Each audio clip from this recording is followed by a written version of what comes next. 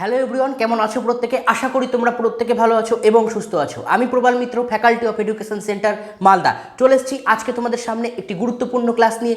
Class একদম ঠিক ধরেছো, তোমাদের দ্বাদশ শ্রেণীর বাংলা সাজেশন, যে সাজেশনের জন্য তোমরা বহুদিন ধরে অপেক্ষা করে আছো, কারণ সামনেই তোমাদের উচ্চ মাধ্যমিক পরীক্ষা এবং সেই কারণে আমাদের সব থেকে যেটা বেশি ভয়, টেক্সট তো আছেই, তার সাথে সাহিত্যের ইতিহাস, গ্রামার এবং তার সাথে তোমাদের হচ্ছে রচনা, এই বিষয়গুলো নিয়ে তোমাদের মধ্যে সব থেকে কিন্তু বেশি টেনশন, এবং টেক্সট তো আমাদের পড়তেই হবে। তাই এই বিষয়গুলোর টেনশন দূর করার জন্য আমি তোমাদের সামনে নিয়ে চলে এসেছি আজকের গুরুত্বপূর্ণ ক্লাস। তাই ক্লাসটা অবশ্যই কিন্তু মন দিয়ে দেখবে এবং অবশ্যই কিন্তু এই প্রশ্নগুলো যেগুলো আমি বলে দেব, যেগুলো আমি আজকে তোমাদের সামনে বলবো, সেগুলো অবশ্যই কিন্তু লিখে নেবে এবং এগুলোকেই কিন্তু বাড়িতে ভালো করে প্র্যাকটিস করবে। দেখবে এখান থেকেই তোমরা কিন্তু কমন পেয়ে গেছো, তোমাদের এর বাইরে কোনো প্রশ্ন পড়তে হচ্ছে না। তো চাই দেরি করব না, চলে যাব আজকের ক্লাসে। তো প্রথমে ক্লাসে যাওয়ার আগে আমি তোমাদেরকে বলে দেব যে তোমাদের কোন চ্যাপ্টার থেকে কত নম্বর করতে হচ্ছে, কোন চ্যাপ্টার থেকে কত নম্বরের প্রশ্ন আসছে। তো দেখো, বিষয় লিখে দিয়েছি, এমসিকিউ লিখে দিয়েছি, এসিকিউ লিখে দিয়েছি, 5 নম্বর লিখে দিয়েছি, অর্থাৎ বড় প্রশ্ন 5 নম্বর, টোটালটাও কিন্তু করে দিয়েছি। তো তোমাদের টোটাল টপিক কটা? 1টা 2টো 3টে 4টে 5টা 6টা 7টা 8টা টপিক। বাংলাতে টোটাল 8টা টপিকের উপর তোমাদের প্রশ্ন আসে। কি কি? গল্প, নাটক, কবিতা, আন্তর্জাতিক কবিতা বা ভারতীয় গল্প, পূর্ণাঙ্গ সহায়ক গ্রন্থ, বাংলার শিল্প ও সংস্কৃতি এবং ভাষা ও প্রবন্ধ। ঠিক আছে, এই প্রশ্নগুলো থেকে কিন্তু সব থেকে বেশি পরিমাণে প্রশ্ন তোমাদের আসে। কি কি? দেখো, এমসিকিউ আসে, এসএকিউ আসে, বড় প্রশ্ন আসে এবং তার সাথে টোটাল কিন্তু 5 নম্বরের প্রশ্ন আসে। কি কি? গল্প থেকে তোমাদের এমসিকিউ আসছে 5টা, এসিকিউ আসছে 2টো, বড় প্রশ্ন আসছে 1টা 5 নম্বরের, আর টোটাল আসছে 12 নম্বর। নাটক থেকে তোমাদের এমসিকিউ আসছে 3টে, এসিকিউ আসছে 2টো, বড় প্রশ্ন আসছে 1টা 5 নম্বরের, অর্থাৎ টোটাল তোমাদের আসছে 10 নম্বরের। কবিতা থেকে তোমাদের এমসিকিউ 4টে, এসিকিউ 4টে এবং বড় প্রশ্ন আসছে 1টা 5 নম্বরের, টোটাল আসছে 13 নম্বর। আন্তর্জাতিক কবিতা ও ভারতীয় গল্প থেকে তোমাদের এমসিকিউ আসছে 1টা, এসএকিউ 1টা, বড় প্রশ্ন 1টা, টোটাল আসছে 7 নম্বর। পূর্ণাঙ্গ সহায়ক গ্রন্থ থেকে তোমাদের কোনো এমসিকিউ আসছে না, এসএকিউ আসছে না, শুধুমাত্র একটাই প্রশ্ন আসছে, সেটা হচ্ছে 5 নম্বরের একটা বড় প্রশ্ন। বাংলার শিল্প ও সংস্কৃতি, এখান থেকে তোমাদের এমসিকিউ আসছে 3টে, এসএকিউ আসছে না, বড় প্রশ্ন আসছে 2টো, অর্থাৎ 10 নম্বর, টোটাল হচ্ছে 13 নম্বর। আর কি? ভাষা থেকে তোমাদের এমসিকিউ 2টো, এসএকিউ 3টে এবং বড় প্রশ্ন আসছে 1টা, টোটাল আসছে 10 নম্বর। প্রবন্ধ থেকে তোমাদের কোনো এমসিকিউ আসছে না, এসিকিউ আসছে না, শুধুমাত্র একটাই রচনা থাকছে 10 নম্বরে। 4 ধরনের রচনা থাকবে, সেই 4 ধরনের মধ্যে যে কোনো এক ধরনের রচনা কিন্তু তোমাকে এখানে করতে হবে, তাই রচনা থেকে তোমরা পাবে 10 নম্বর। তাহলে দেখো, এমসিকিউ তোমাদের টোটাল আসছে 18 নম্বরের, এসিকিউ তোমাদের টোটাল আসছে 12 নম্বরের এবং বড় প্রশ্ন তোমাদের আসছে টোটাল 50 নম্বরের। তাহলে 18 যোগ 12 যোগ 50 = 80 নম্বরে তোমরা কিন্তু বাংলা পরীক্ষা দিচ্ছ এবং তার সাথে 20 নম্বর তোমাদের কিন্তু প্রজেক্টে থেকে গেছে। তো চলো দেরি করব না, এবার চলে যাব কোন কোন প্রশ্নগুলো বেশি গুরুত্বপূর্ণ। তো প্রথমে আমি আমার বাংলা দিয়ে স্টার্ট করব। আমার বাংলা মানে কোনটা? এই যে পূর্ণাঙ্গ সহায়ক গ্রন্থের কথা বললাম, সেই আমার বাংলা থেকে যেখানে তোমাদের 5 নম্বরে প্রশ্ন আসবে, সেগুলো কোনগুলো আমরা ভালো করে পড়ব। আমার বাংলা থেকে টোটাল, আমি চ্যাপ্টার ধরে বলিনি, আমি টোটাল প্রশ্নগুলোকে বলে দিয়েছি। তো যে প্রশ্নগুলো বলবো, টোটাল 5টা প্রশ্ন আমি বলে দিব। এই 5টা প্রশ্ন ভালো করে বাড়িতে প্র্যাকটিস করো। কি কি? প্রথম প্রশ্ন, 25-30 বছর আগেকার কথা, 25-30 বছর আগেকার কাহিনীটি প্রবন্ধ অনুযায়ী আলোচনা করো। 25-30 বছর আগেকার কথা, 25-30 বছর আগেকার কাহিনীটি প্রবন্ধ অনুসারে আলোচনা করো। ঠিক আছে? আর কি? 2 নাম্বার, হঠাৎ একদিন ক্ষেপে উঠল কলের কলকাতা ক্ষেপে ওঠার ফল কি হয়েছিল? আবারও বলছি, হঠাৎ একদিন ক্ষেপে উঠল কলের কলকাতা ক্ষেপে ওঠার ফল কি হয়েছিল? আর এক রকমের প্রথা আছে নানকার প্রথা। নানকার প্রজাদের অবস্থা কেমন ছিল? পরে তাদের অবস্থার কি পরিবর্তন হয়েছিল? আর এক রকমের প্রথা আছে নানকার প্রথা। নানকার প্রজাদের অবস্থা কেমন ছিল? পরে তাদের অবস্থার কি পরিবর্তন হয়েছিল? 4 নম্বর, একা আমি রাস্তায় ঘুরে বেড়াই। লেখক কোন রাস্তায় ঘুরে বেড়াতেন? ঘুরে বেড়ানোর সময় লেখকের কি কি অভিজ্ঞতা হয়েছিল? আবার বলছি, একা আমি রাস্তায় ঘুরে বেড়াই। লেখক কোন রাস্তায় ঘুরে বেড়াতেন? ঘুরে বেড়ানোর সময় লেখকের কি কি অভিজ্ঞতা হয়েছিল? তারপরে 5 নম্বর, নতুন ছাতি মাথায় নিয়ে মহা ফুর্তিতে বাড়ির দিকে সে চলল। নতুন ছাতি মাথায় দিয়ে মহা ফুর্তিতে বাড়ির দিকে সে চলল। এখানে কার কথা বলা হয়েছে এবং তার সাথে আসবে নতুন ছাতি সে কিভাবে পেয়েছিল। নতুন ছাতি সে কিভাবে পেয়েছিল। তো এই আমার বাংলা থেকে এই কয়েকটা প্রশ্ন ভালো করে পড়ে যাবে।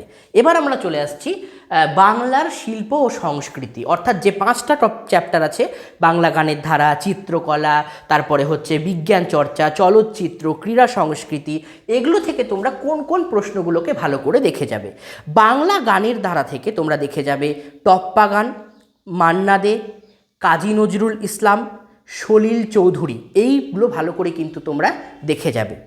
চিত্রকলা থেকে দেখে যাবে রামকিঙ্কর বেইজ, পটচিত্র, যামিনী রায়, নন্দলাল বসু, অবনীন্দ্রনাথ ঠাকুর। আবার বলছি, রামকিঙ্কর বেইজ, পটচিত্র, যামিনী রায়, নন্দলাল বসু, অবনীন্দ্রনাথ ঠাকুর। বিজ্ঞান চর্চা থেকে দেখে যাবে জগদীশচন্দ্র বসু, সত্যেন্দ্রনাথ বসু, কাদম্বিনী বসু, বিধানচন্দ্র রায় আর জোড়াসাঁকোর ঠাকুরবাড়ি।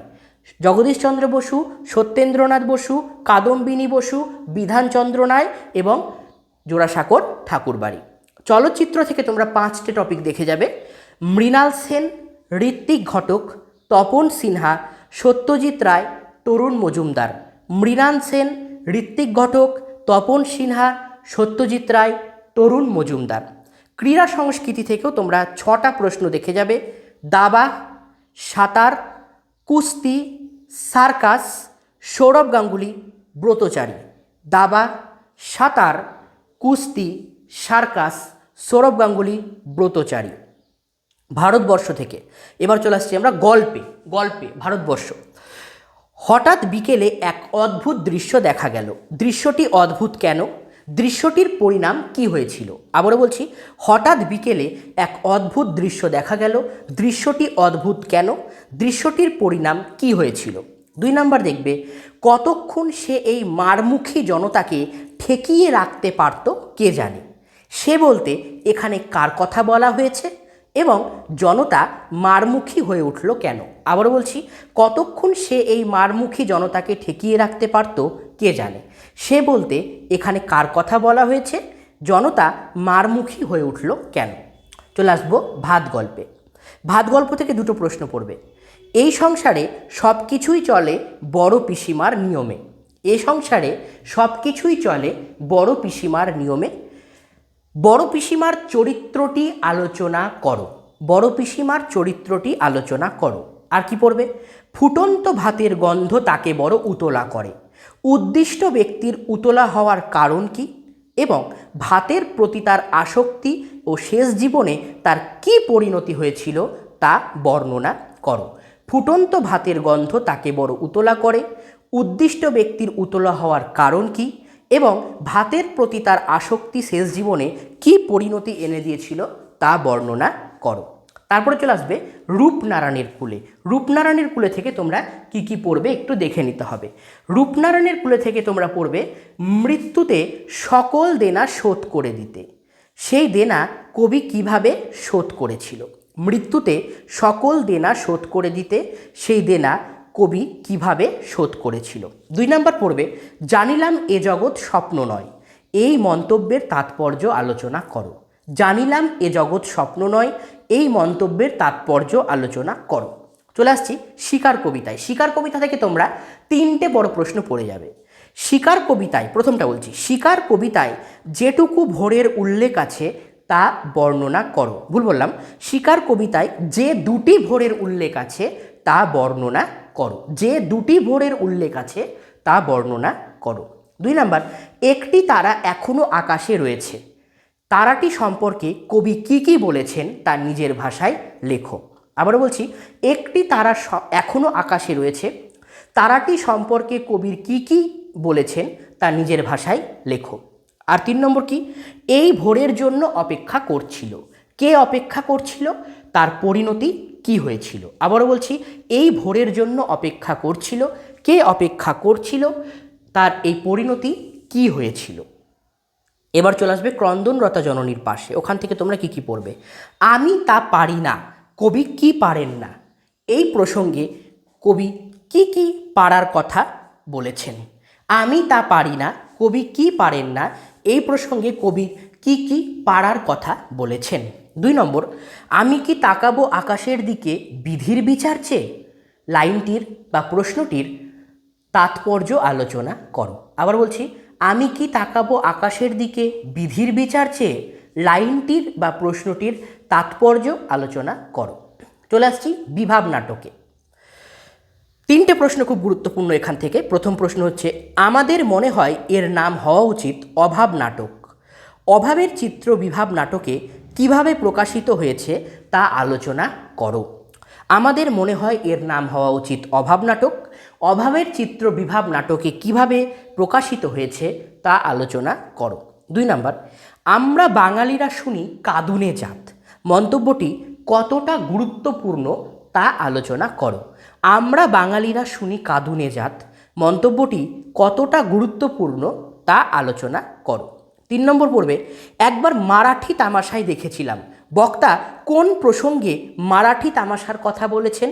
আবার বলছি, একবার মারাঠি তামাশায় দেখেছিলাম, বক্তা কোন প্রসঙ্গে মারাঠি তামাশার কথা বলেছেন। নানা রঙের দিন নাটকে আসছি। এখান থেকেও তোমরা 3টে প্রশ্ন ভালো করে পড়বে। কি কি?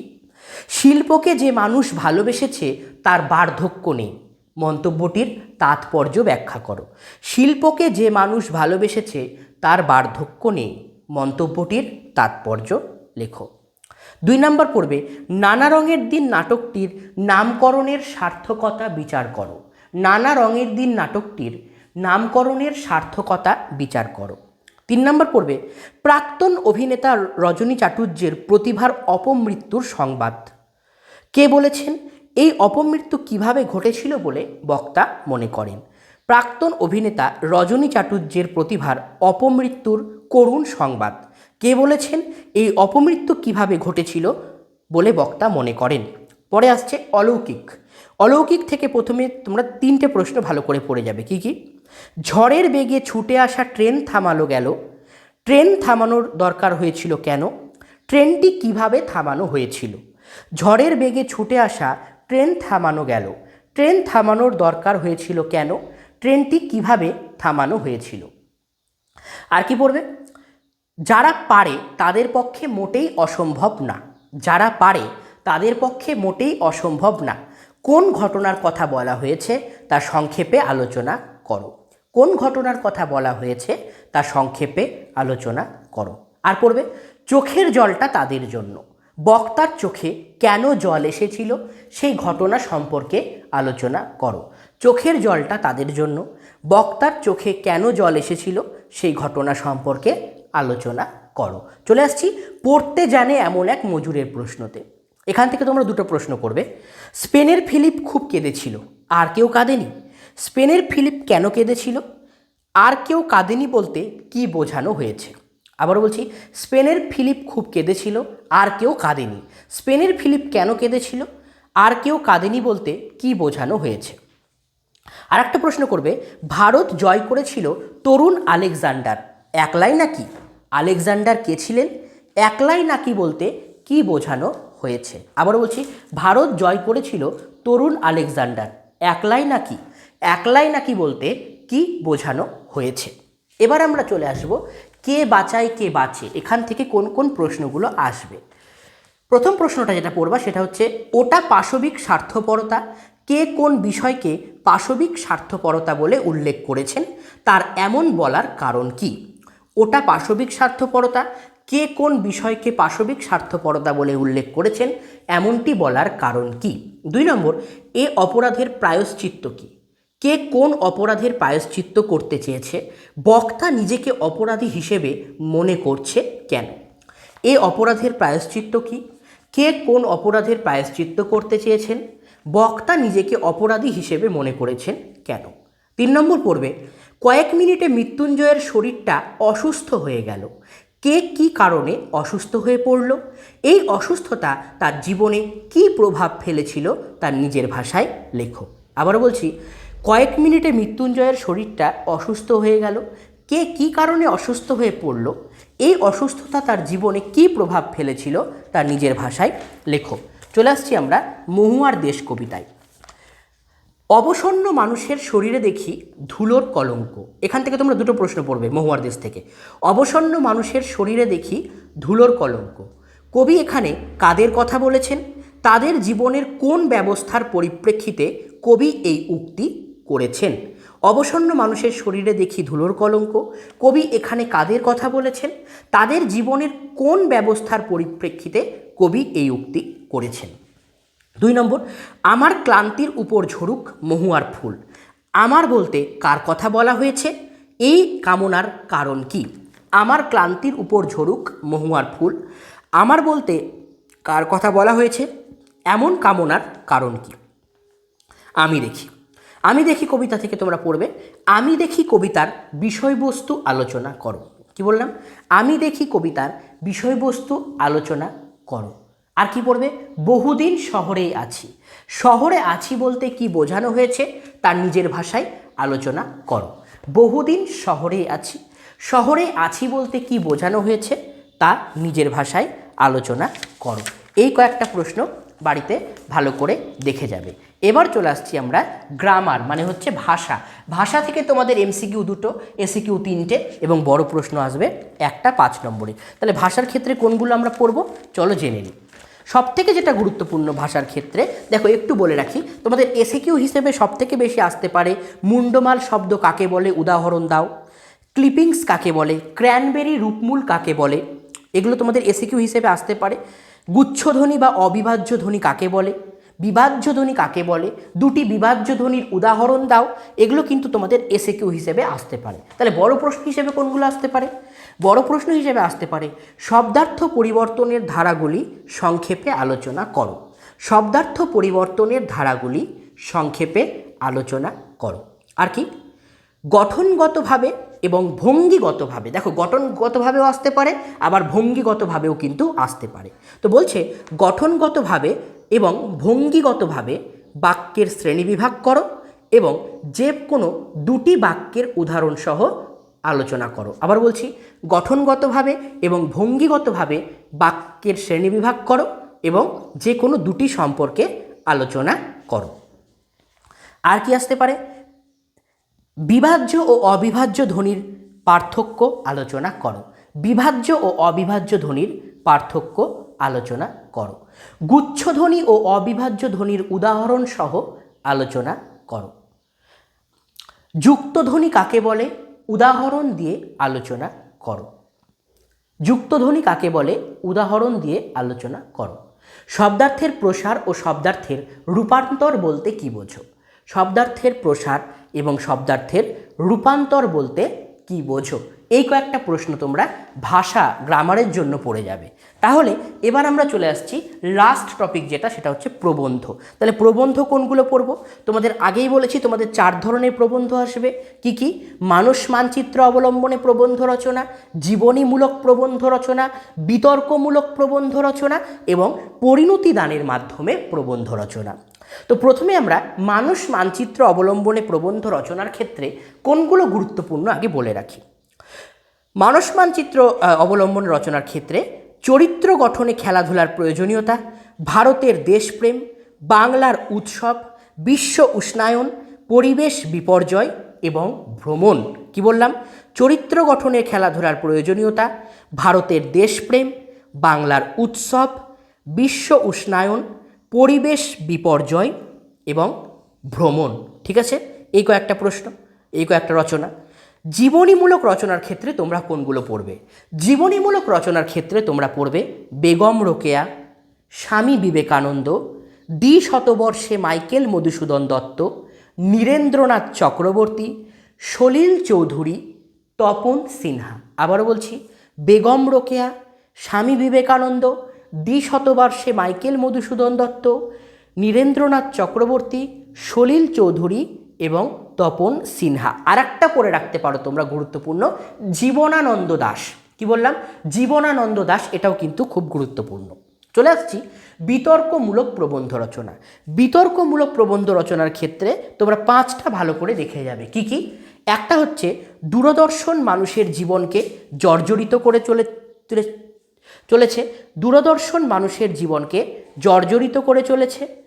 পরীক্ষায় প্রাপ্ত নম্বর সাফল্যের একমাত্র চাবিকাঠি নয়। পরীক্ষায় প্রাপ্ত নম্বর সাফল্যের একমাত্র মাপকাঠি নয়, চাবিকাঠি না, মাপকাঠি হবে। জীবিকার আদর্শ স্থান হলো বিদেশ। জীবিকার আদর্শ স্থান হলো বিদেশ। আর কি? বিজ্ঞাপনী প্রচার মানুষকে বোকা বানানোর কৌশল। বিজ্ঞাপনী প্রচার মানুষকে বোকা বানানোর কৌশল। আর কি? মোবাইল ছাড়া জীবন অচল। মোবাইল ছাড়া জীবন অচল। এই 5টা বিতর্কমূলক রচনার ক্ষেত্রে পড়ে যাবে। এবার চলে আসছে লাস্ট, যেটা পরিণতি দানের মাধ্যমে প্রবন্ধ রচনা করো। পরিণতি দানের মাধ্যমে প্রবন্ধ রচনার ক্ষেত্রে 6টা ভালো করে পড়ে যাবে। একটা হচ্ছে শক্তির সন্ধানে মানুষ, গাছের কথা, শুভ উৎসব, ভারত একটি মিলন মেলা, বাংলা বইয়ের দুঃখ, বই টেক্সট বুক আর কি, বাংলা বইয়ের দুঃখ, পল্লী সাহিত্য।